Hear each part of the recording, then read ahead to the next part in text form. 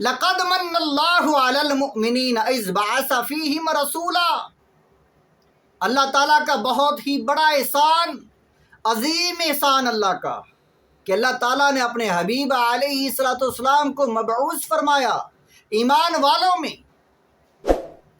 فرمایا وہ میرا حبیب من انفسہم، جو انہی میں سے پیدا ہوا، وہ میرا حبیب جو قبیلہ قریش میں ہی سے تھے۔ یتلو علیہم آیاتہ، میرا حبیب میرے قرآن کی آیات ان پر تلاوت کرتا ہے۔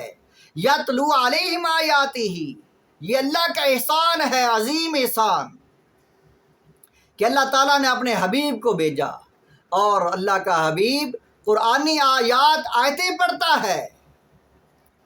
وَيُزَكِّيهِمْ، اور ان کو پاک کرتا ہے۔ وَيُعَلِّمُهُمُ الْكِتَابَ وَالْحِكْمَةَ، اور انہیں کتاب اور حکمت اور دانائی سکھاتا ہے۔ حضور علیہ الصلوۃ والسلام کا ہر عمل، ہر طریقہ، ہر سنت حکمت و دانائی سے بری ہوئی ہے۔ حضور علیہ الصلوۃ والسلام نے جو جو فرما دیا وہ حکمت والا، دانائی والا، ہر دور میں 100% اس کا رزلٹ ہر طریقے سے، جس طریقے سے بھی اس کی تحقیق کی، اس کو کامیاب اور فاتح اس عمل کو پایا، اس طریقے کو تمام طریقوں پر غالب پایا۔ حضور علیہ الصلوۃ والسلام، آپ کا فرمان ہے کہ جب عورت بیوہ ہو جائے تو 4 مہینے 10 دن انتظار کرے، عدت گزارے۔ اس میں کیسی حکمت ہے، اتنی بڑی حکمت ہے۔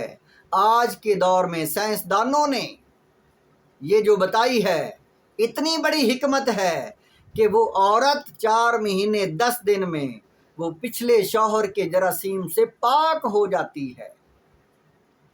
اسی طرح جتنے بھی اللہ تعالیٰ کے حبیب کے جو ہے طریقے، سنت، احکامات، ہر میں حکمت ہے۔ حضور علیہ الصلوۃ والسلام، آپ نے فرمایا جب کتا برتن میں منہ ڈال دے تو اس کو مٹی کے ساتھ دھوو۔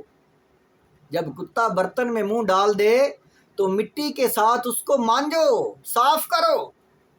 تو لیبارٹریوں نے بڑے بڑے طریقے استعمال کیے، بڑے بڑے صابن استعمال کیے، ہر طریقہ استعمال کیا، لیکن وہ کتے کا جراثیم ختم نہیں ہوا۔ جب مٹی کے ساتھ مانجا گیا، برتن کو دھویا گیا، صاف کیا گیا، تو وہ برتن صاف ہو گیا۔ حضور علیہ الصلوۃ والسلام نے جس طریقے کو اپنایا ہے، وہ طریقہ دنیا دار لوگوں کے طریقوں پر غالب ہے۔ تو اللہ تعالیٰ نے فرمایا وہ میرا حبیب جس کو میں نے اتنی حکمت و دانائی عطا فرمائی، جس کے طریقے میں اتنی حکمت ہے، دانائی ہے، میرا کلام پڑھ کر سناتا ہے، میری آیات پڑھ کر تم کو سناتا ہے، میں اپنا قرآن اس پر نازل کیا ہے۔ اے لوگو، یہ میرا بہت بڑا احسان ہے۔ ان کانوا من قبل لفی ضلال مبین، اس سے پہلے تو اے لوگو تم گمراہ تھے، اس سے پہلے لوگ سارے گمراہی میں مبتلا تھے۔ انسان کو پیدا کیا اللہ تعالیٰ نے کہ وہ انسان اللہ کی رضا کی خاطر عمل کرے۔ اللہ تعالیٰ نے فرمایا خلق الموت والحیات لیبلوکم ایکم احسن عملا، یہ زندگی موت اس لیے بنائی ہے کہ انسان کو آزمایا جائے، تم کو آزمایا جائے کہ کون ہے جو سب سے اچھا عمل کرتا ہے۔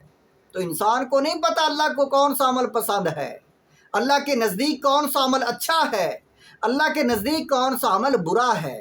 تو اللہ تعالیٰ نے اپنے حبیب علیہ الصلوۃ والسلام کو بھیج کر اس جو ہے طریقے کی نشاندہی کر دی کہ یہ عمل اچھا ہے، یہ عمل برا ہے۔